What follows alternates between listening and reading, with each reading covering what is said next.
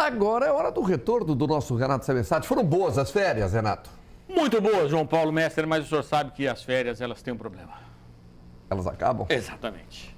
Mas é bom demais, a gente estar de volta. Renovar o Aqueles jogadores de futebol, eles são doidos para voltar, para jogar. E seguinte, né? Esse ano é um ano de Série A, né? Então é um ano especialíssimo. Que todo mundo quer fazer a Série A do Campeonato Brasileiro. E com a gente não é diferente, evidentemente. Até porque somos de Série A, né? E na volta, o que já te põe aí na tela? Então, João Paulo Mestre, você acha R$200 caro para ver um jogo de futebol do Campeonato Catarinense? Eu acho. Você acha caro? Eu também acho, mas eu vou explicar aqui por que o Criciúma pratica esse preço e por que está dando uma chiadeira geral nos outros clubes adversários. A começar pelo Marcílio Dias. Eu sei que a torcida organizada do Figueirense já se posicionou, dizendo que R$200 é um absurdo e tudo mais. Então, o Criciúma joga terça-feira contra o Marcílio Dias, a decisão da Recopa Catarinense, e não é a torcida. O Marcílio Dias se posicionou em relação a isso nas redes sociais. Vamos à tuitada do Marcílio, que aí eu vou explicar na sequência. Vamos lá. Tá aí, ó. Marcílio Dias oficial, não é de um torcedor, não, é do Marcílio Dias. Marcílio Dias diz o seguinte: essa carga total de ingressos disponibilizada será reposta em reciprocidade quando o Criciúma vier jogar em Itajaí pelo Campeonato Catarinense. Da mesma forma, haverá reciprocidade no valor do ingresso cobrado para a torcida adversária. Vamos lá, vamos explicar isso aí. A Recopa agora, o Criciúma, a carga do visitante é de 10%. E o Marcílio tem que praticar o preço que o Criciúma determina, certo? Que é R$200 o valor do ingresso, que vai ser o ano inteiro no estádio Heriberto Wilson. O Criciúma não está cobrando do Marcílio, do Figueirense, ele não está escolhendo ninguém para cobrar. É a política de preço do Criciúma. Se o torcedor do Criciúma quiser não ser sócio e comprar um ingresso avulso, ele vai pagar 200. Ele vai pagar 200. Aí você vai dizer assim: pô, Renato, mas é caro. É caro.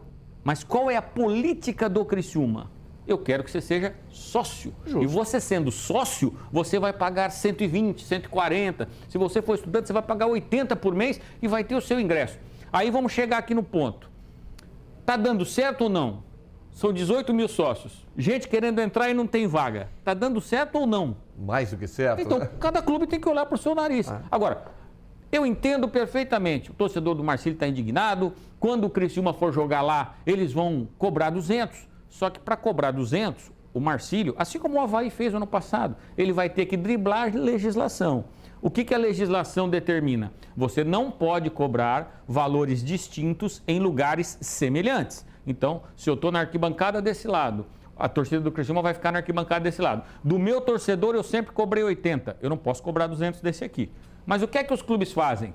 O preço é 200, mas se o meu torcedor for com a camisa dele, aí é 50. Aí eu digo o seguinte para o torcedor do Criciúma: te prepare, porque fora de casa tu vai ter que pagar 200. Mas se ele praticar com o Criciúma 200, ele vai ter que praticar 200 contra o Joinville, contra o Figueirense, contra o Avaí, contra todos. Você está no Brasil. Então, a cada jogo eu posso determinar uma política de preço. E aí criam a promoção, como foi feito ano passado. O Criciúma até acionou o PROCON e tudo mais. No final das contas não deu nada. O torcedor, na época, era 120, teve que pagar os 120 e encheu o local destinado. Então, como sócio do Criciúma, não estou nem aí. Agora, eu estou mais preocupado com uma coisa que o Tencati andou falando aí.